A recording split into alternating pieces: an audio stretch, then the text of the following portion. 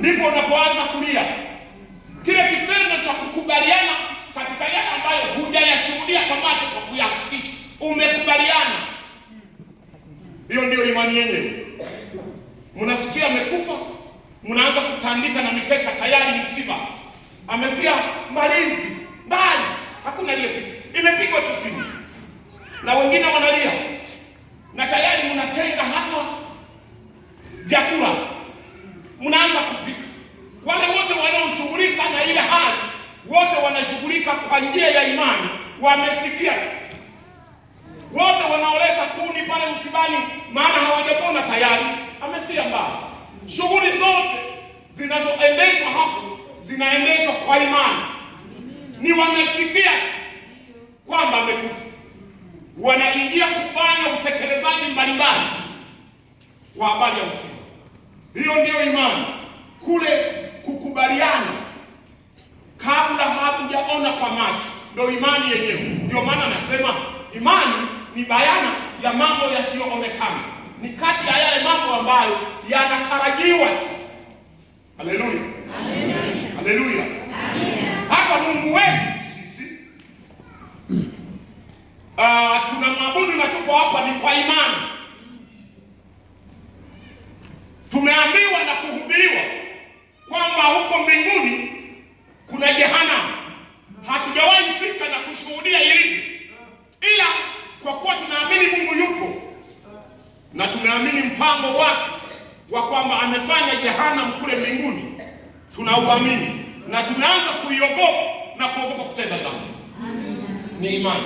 Kile kitendo cha kuogopa kutenda dhambi, kuogopa kwenda jehanamu wakati hatujafika, kile kitendo cha kuogopa ndio imani yenyewe. Haleluya, haleluya. Tunayo matumaini makubwa ya kwenda mbinguni. Hatujawahi kufika, ila tunashuhudiwa kwa maandiko na kwa Roho Mtakatifu namna ya ambavyo inasemekana ni kuzuri. Tuna hamu kufika na tumetumaini ni kwa imani. Haleluya, haleluya, haleluya tena. Kwa hiyo imani ni kati ya mambo ambayo yanatarajiwa, hayajaonekana kwa macho, ni yale ambayo hatujayashuhudia. Kwa hiyo anasema basi imani ni kuwa na uhakika wa mambo yatarajiwayo, ni bayana ya mambo yasiyoonekana. Maana kwa hiyo wazee wetu walishuhudiwa. Naenda kwa mstari hapo kabisa. Anasema maana kwa hiyo imani wazee wetu walishuhudiwa. Waliambiwa mambo mengi juu ya Mungu, wakaamini. Haleluya, haleluya.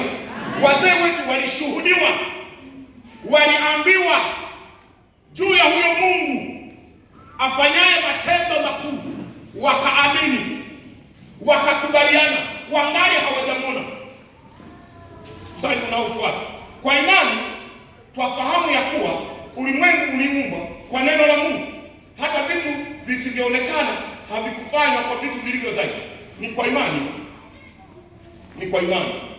Anasema kwa imani twaamini kwamba ulimwengu uliumbwa na Mungu. Kwani nikuulize, tulikuwepo sisi anapoumba? Si tumeukuta? Si tumeambiwa na kushuhudiwa na kujifunza kwamba ni Mungu? Kwani nani anakataa mpaka sasa hivi kwamba Mungu hakuumba ulimwengu? Ile kukubaliana kwamba ni Mungu aliumba ulimwengu ndio imani yenyewe. Maana imani hii wanayo hata wasioamini. Nao wasioamini wanajua Mungu ndiye aliyeumba ulimwengu. Hiyo ni imani ndani yao, ila hawana imani ya kumwamini Mungu kwa kumtumikia na kumfuata. Ila kwamba Mungu aliumba mbingu na nchi, wengi walio hapo wasioamini nao wanajua. Haleluya, haleluya. Bwana Yesu asifiwe. Jina la Bwana libarikiwe. Kwa hiyo tunahubiriwa, tunaambiwa, ila hali ya kukubaliana ndio imani yenyewe. Na imani